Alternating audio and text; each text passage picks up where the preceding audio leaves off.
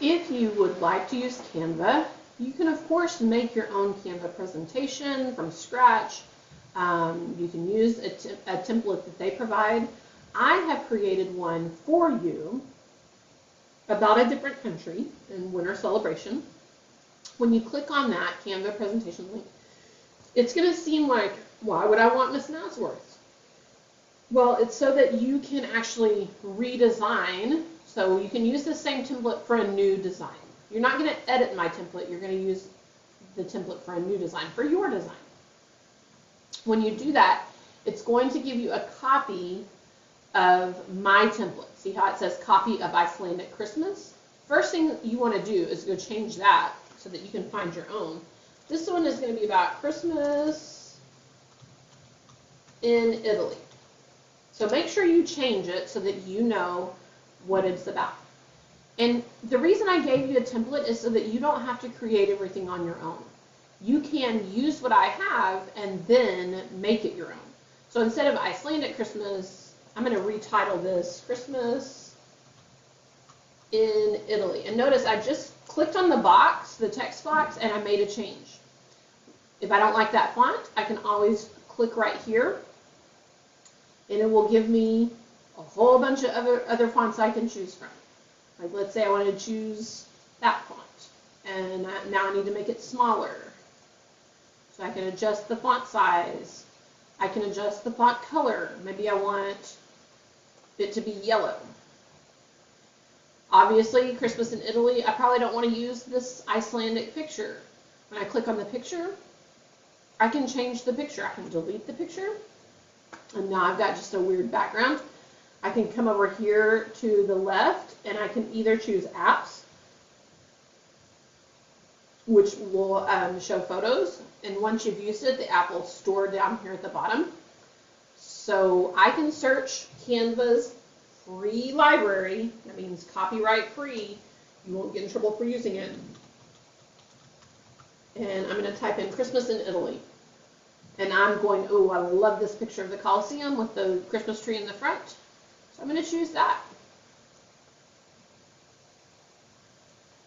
You can make it fit the entire thing, or you can leave the background. Let's say you want to leave the background. But you don't like that color. When you click on the background, you might have to adjust your font just a little bit. But when you click on the background, see how it gives you a blue square right here? That means you can change the color. My writing is in yellow.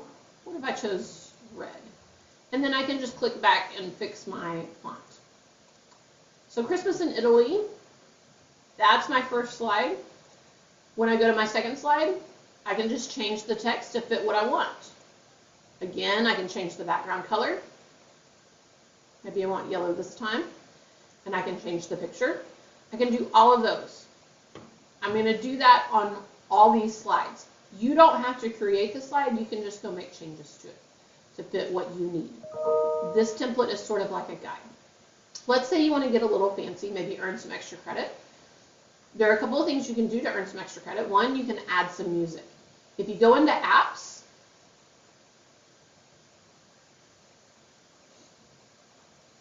you can scroll down where it says more from Canva and see where it says audio right here.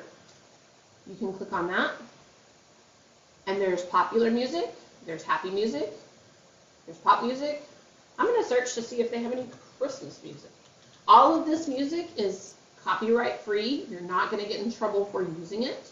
I would choose something that kind of fits the theme.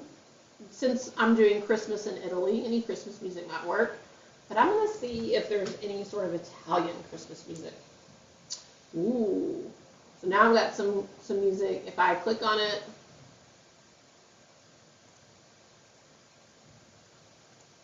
it's going to ask me to go through all of that. Now I've got music, and if I want to stretch it to start at the beginning, I just pull right here, and now I've got music from the very beginning. And so when I play my presentation, that music will play in the background. If you want to test out the music before you put it into your slideshow, that's probably the best option. And then if you want to get even fancier, you can also record your voice by using apps and then record. I can record,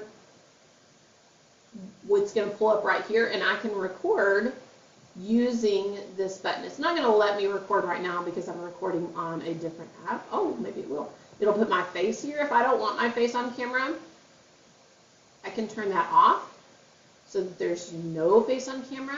I can even move that totally off to the side. So if you want to record just your voice, you don't have to have a picture there.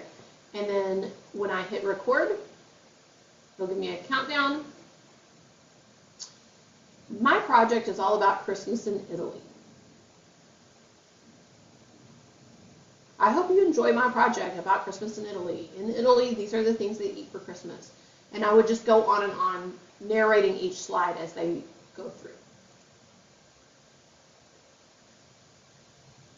That's not too hard, right? And then I'm going to click Save and Exit. And now I've got both my music and my audio track going. Okay? If my audio track is not long enough, I can always stretch it. If you're like, Miss Naz, you are an overachiever, I do not need this many slides, you don't have to use that many slides. You can go to a slide and you can actually just delete it. So if you only need 7 slides instead of 11 slides, just delete the last 4. You by no means have to have, for my class, have to have a certain number of slides. If your teacher tells you differently, then please make sure you do what your teacher has asked you to do. Last thing, you'll notice on each of these slides, up here on the clock, it gives a duration, like how long that slide's going to stay up when it starts running, so that people can read. This slide has a lot of text on it because not everyone reads at the same pace. I want to give plenty of time for someone to read. If you have a slide that doesn't have very much text on it, you can see I've adjusted the time. So if you need to adjust the time on each slide, you can click right here and just adjust however much you need. I would say probably 5 seconds per slide if there's not very much text, because that gives the viewer time to look at each slide and look at the picture, read any text on there. And remember, the amount of text that you want, the more text you have, the higher your time should be so that everyone can read it. If you have any further questions, let your teacher know. Last step, remember you're going to share this on Canvas.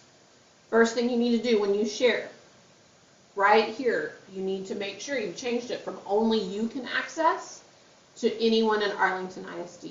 If you leave it at only you can access, your teacher will not be able to see it. Then you're going to do the copy link, and you're going to go back to Canvas. You're going to start assignment.